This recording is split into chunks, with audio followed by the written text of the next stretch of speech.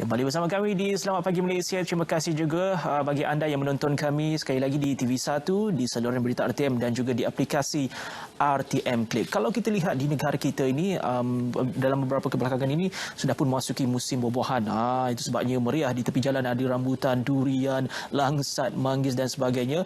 Tapi kita nak berikan satu lagi keunikan yang ada khususnya di negeri Terengganu. Dikenali sebagai melon manis Terengganu dan satu-satunya bakal yang ada dihasilkan dan dikeluarkan hanya di Terengganu saja. Jadi lebih lanjut berkenaan dengan melon manis Terengganu ini, saya bersama dengan Dato' Elias Saad, iaitu Timbalan Ketua Pengarah Pertanian, Pembangunan Industri dan Pengembangan Jabatan Pertanian Malaysia, dan juga Tengku Nurul Huda Tengku Muhammad, Pengurusi Koperasi Pengusaha Melon Manis Terengganu, ataupun lebih mesra digelar sebagai Pak Ku. Apa khabar Dato' Pak Ku? Alhamdulillah. Terima kasih kerana bersama kami di Selamat Pagi Malaysia, sebab ini jugalah keunikan yang ada di Terengganu ni. Melon manis Terengganu, dan satu-satunya buah-buahan juga yang kita jadikan sebagai identiti utama lah. Signature fruit lah, boleh kata sebagai signature fruit di Terengganu itu sendiri. Baik, kita nak mulakan dengan Datuk sendiri. Ini juga merupakan salah satu usaha yang dilakukan oleh Jabatan Pertanian untuk memajukan lagi sektor pertanian, khususnya dalam buah-buahan ini sendiri.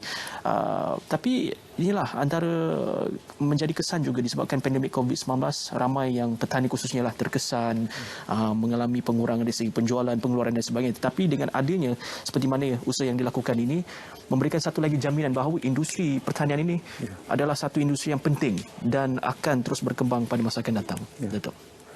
Terima kasih Cik Dewin. Okay. Sebelum itu, Assalamualaikum warahmatullahi taala wabarakatuh. Dan kita ucapkan terima kasih kepada pihak RTM kerana sudi bersama-sama dengan kita pada pagi ini. Berbalik kepada isu ataupun perkara yang dibangkitkan oleh Cik Dewin tadi tentang masa depan pertanian ataupun dalam keadaan pandemik. Kalau kita melihat seperti mana yang semua orang sedia maklum, bila berlaku pandemik, pada peringkat awalnya kita mula panik pada peringkat awal. Jadi pada peringkat itu saya terlibat di peringkat awal lagi, dia semasa PKP yang pertama dahulu. Jadi apa yang kita tekankan di sini bagi pihak Jabatan Pertanian, kita nak memastikan industri pertanian ini terus bergerak dan terus sustain supaya bekalan makanan kepada penduduk negara kita yang seramai lebih 37 juta ini tidak akan terputus. Jadi kalau kita tengok dalam semua rantaian industri, tak kira lah sama ada dalam pertanian ataupun aktiviti ekonomi, pelancongan dan sebagainya, semuanya terjejas. Tetapi alhamdulillah kita melihat dalam sektor pengeluaran makanan, terutamanya tanaman pengeluaran makanan ni, dia tidak banyak terjejas. Malah kalau kita lihat sekarang, banyak mereka-mereka yang dahulunya tidak terlibat dalam pertanian, mereka mula masuk dalam aktiviti ataupun dalam industri pertanian, terutamanya tanaman makanan. Jadi memang pada keseluruhannya dia tidak banyak terjejas dan malah dia bertahan dan ada yang semakin berkembang. Kenapa ia tidak terjejas? Sebab makanan ataupun makanan diperlukan, keperluan asas kepada setiap hari. Permintaannya pun tinggi, sebabnya ada jaminan sehingga ke masa depan.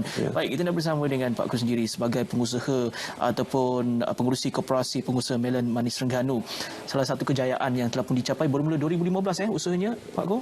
Boleh ceritakan sedikit bagaimana sejak awal mengeluarkan melon manis Terengganu ini sehinggalah ke waktu ini, dari segi pasarannya, pengeluarannya bagaimana, Pak Ku?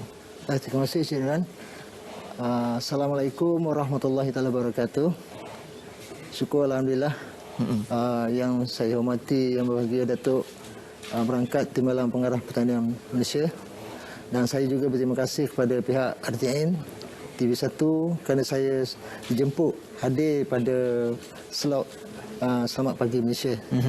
Balik pada persoalan tadi, alhamdulillah saya telah diberi amanah oleh Jabatan Pertanian Negeri Terengganu dan bersama rakan-rakan lain di bawah Koperasi Pengusaha Melon Manis Terengganu yang telah disaran oleh jabatan agar kita lebih tumpuan kepada tanaman melon manis Terengganu. Jadi alhamdulillah kerajaan negeri telah wawakan bahawa Ekon Terengganu ni pada 2015 lagi. Tapi untuk maklumat tuan-tuan, kita sebenarnya di peringkat saya, kita bermula dengan Rock Melon Glamour dahulu. Rock Melon Glamour yang berpukat tu. Jadi setelah kita diarah oleh Jabatan Pertanian Negeri Terengganu untuk tanam melon manis Terengganu, jadi alhamdulillah sebelum COVID-19 ni memang amat-amat membanggakan dan memberasankan lah. Sehingga kan kita di koperasi terpaksa order benih tu, tempah benih tu, orang kata dari segi tempah benih, dan ramai usahawan-usahawan di luar sana yang ingin turut serta mengikuti kita tanam buah melon manis Terengganu.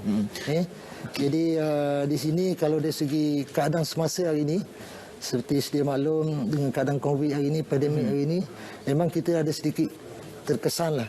Walau bagaimanapun kita di bawah agro makanan ni, saya rasa dalam keadaan situasi hari ini kita kena ada satu pertimbangan lah. Maksudnya kita tak boleh lah nak mengharapkan keuntungan yang terlalu tinggi. Orang kata sekadar dapat menjual hasil kita ni untuk dampak orang kata pulangan modal ataupun meneruskan tanaman yang bagi musim seterusnya. Untuk maklumat juga, kita di bawah koperasi ini telah mempunyai ahli lebih kurang dalam 70 orang. Dan boleh katakan seluruh daerah di Kuala Terengganu kita ada wakil-wakil yang menanam melon manis Terengganu. Wow.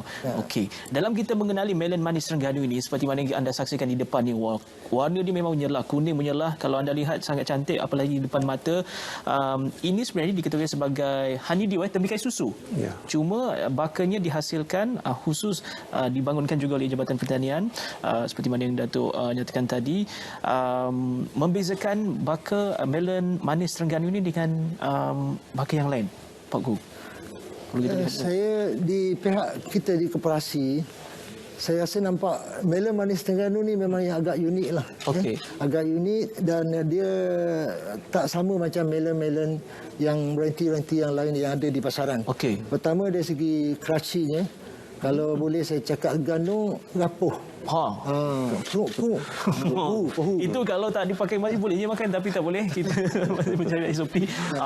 Jadi lepas dari segi color dia agak menarik. Warna kuning, warna kemasan salmon, dan rasanya manis. Kalau orang Terengganu kata manis leteng.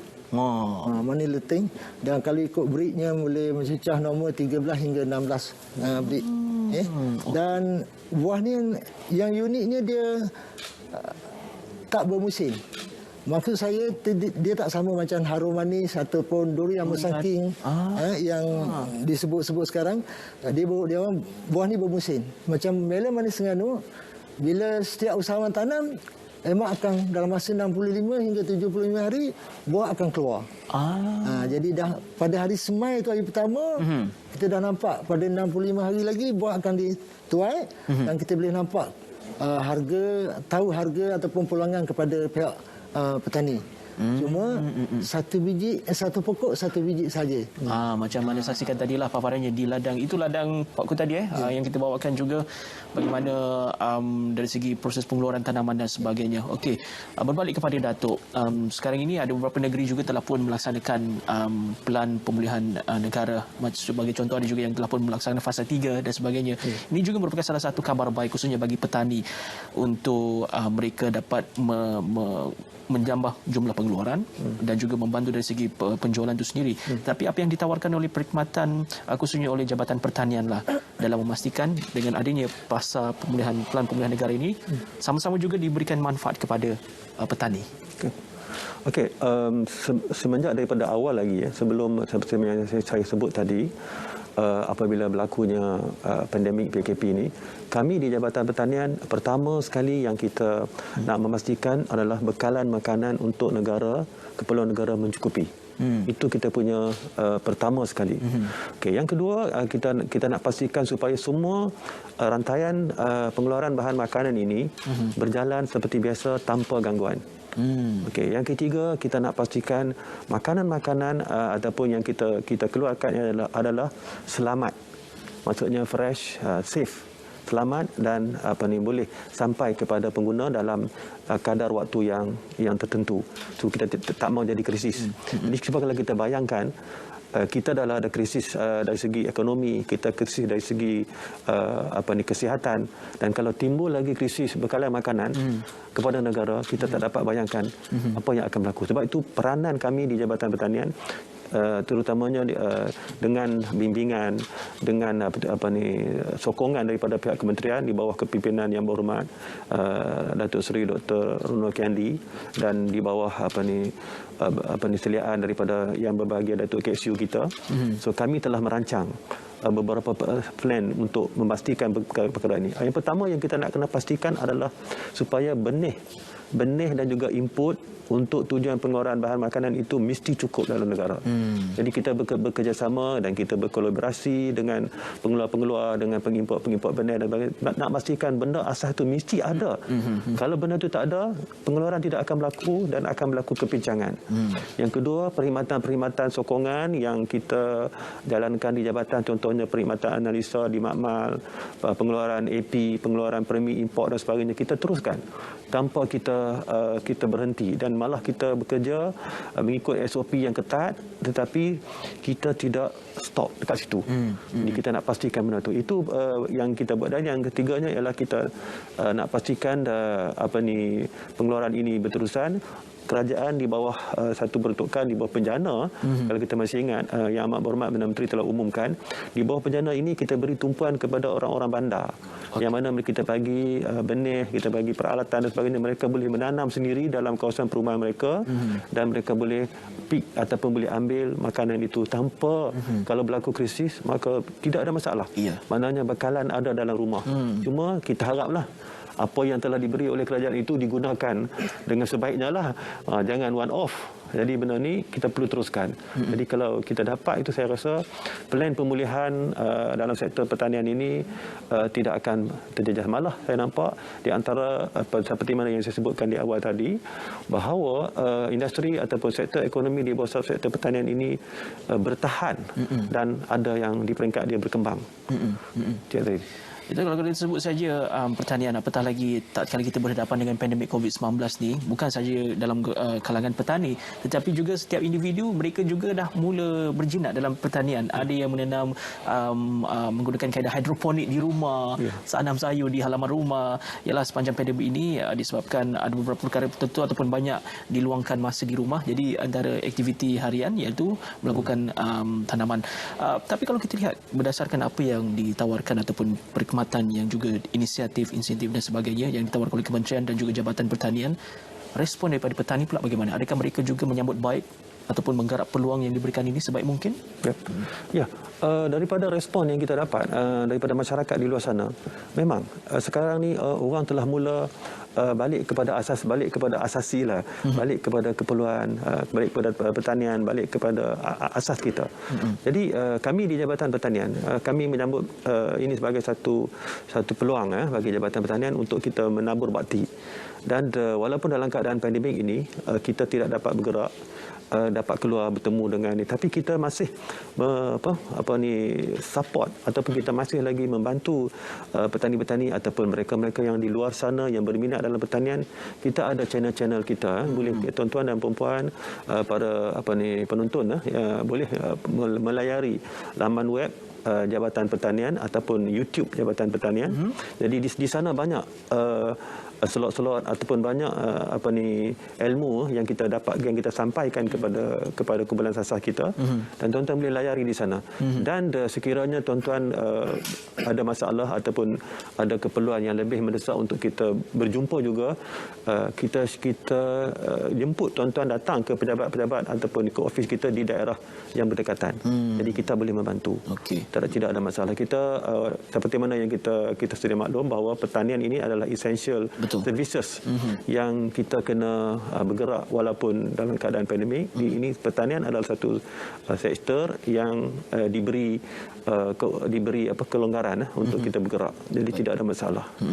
Baik, Pak Ku, berbalik kepada melon manis Terengganu ini. Tadi kita dah tahu dah dari segi tekstur dia yang rangup, rasanya begitu manis dan sebagainya. Kalau Kalau purata untuk satu biji melon manis ni, berapa berat dia? Purata dia? Boleh mencecah sehingga berapa berat dia? Kalau ikut rate yang kita dapat daripada pembekal benis lah, buah ni standard dari dalam 1.2 kilo hingga 1.5 kilo. Dalam masa yang sama, ada juga antara usahawan kita ni yang berjaya menghasilkan buah melon ni yang agak besar sampai 2 kilo dan lebih pada 2 kilo. 2 kilo sebiji. Jadi atas kerjasama Jabatan Pertanian Negeri Terengganu, dan kita berterima kasih kepada Jabatan Pertanian Negeri Terengganu kerana berkongsi SOP, teknik penjagaan supaya kita dapat menghasilkan buah melon yang berkualiti. Jadi menjadi peranan kami di koperasi memastikan setiap usahawan mengikut SOP ataupun jadual ataupun teknik cara penanaman ataupun penjagaan ataupun pembajaan dengan cara yang betul. Bagi menghasilkan buah melon yang macam tuan-tuan tengok di depan kaca TV hari ini anda, buahnya agak cantik, bulat, kuning dan pokoknya tinggi juga Dia menjalar ke Pak Gu, pokok ni? Dia itulah yang hebatnya pokok ni, dia buah ni tergantung. Dia tak ada orang kata duduk macam terbikai dia. Terbikai buah kan. Jadi hanya pokok sebiji.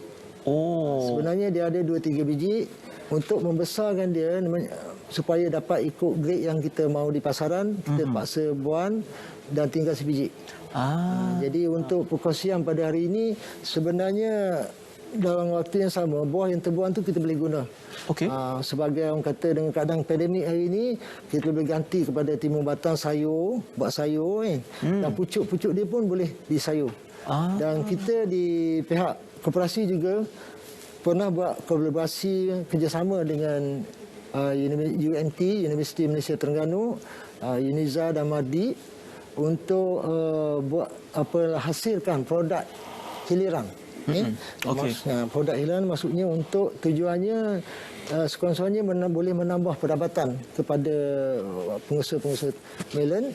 Dalam masa sama kita boleh buat jus, aiskrim, jeruk dan sebagainya lah. Okey, itu banyak manfaatnya untuk kalau kita lihat dari segi produk hiliran lah, banyak manfaat yang dapat diberikan. Baik, Dato', ini juga merupakan salah satu peluang yang dapat kita lihat khususnya di negeri Terengganu. Itu juga sama kalau kita dapat lihat di setiap negeri mempunyai signature fruit mereka masing-masing ataupun ada identiti masing-masing di setiap negeri itu, khususnya dalam industri pertanian. Kalau kita lihat dengan adanya kejayaan seperti mana melon manis Terengganu ini, kalau diperluaskan ke seluruh negara bagaimana? Bukan saja dari buah-buahan, mungkin dalam tanaman yang lain pun boleh juga kita terokai betul? Okey, menjadi hasrat kita di Jabatan Pertanian supaya setiap negeri mempunyai signature fruits masing-masing lah. Contohnya kalau kita tengok yang sekarang ni macam perlis dengan harum manisnya. Jadi bila kita cakap harum manis saja, walaupun harum manis itu daripada negeri lain, tapi orang nampak harum manis itu adalah perlis. Okey. Sama juga dengan melon manis Terengganu ini. Kita cuba sekarang nak promote ataupun kita cuba nak bangunkan supaya dia menjadi harum manis di Perlis, supaya MMT ni ataupun melon manis Terengganu ini, apabila orang cakap melon manis Terengganu ini, walaupun dikeluarkan di negeri lain, tetapi orang nampak ini Terengganu. Dan juga begitu juga kita sekarang ni telah pun berbincang di peringkat jabatan supaya setiap negeri mempunyai signature fruit masing-masing.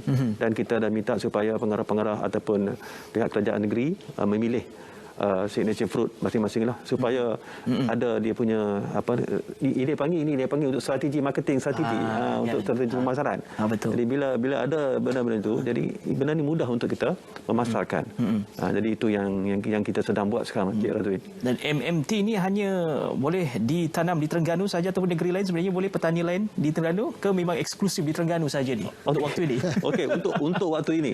Untuk waktu ini MMT ni memang untuk Terengganu. Sebab kita ada agreement ataupun kita ada perjanjian dengan pihak koperasi.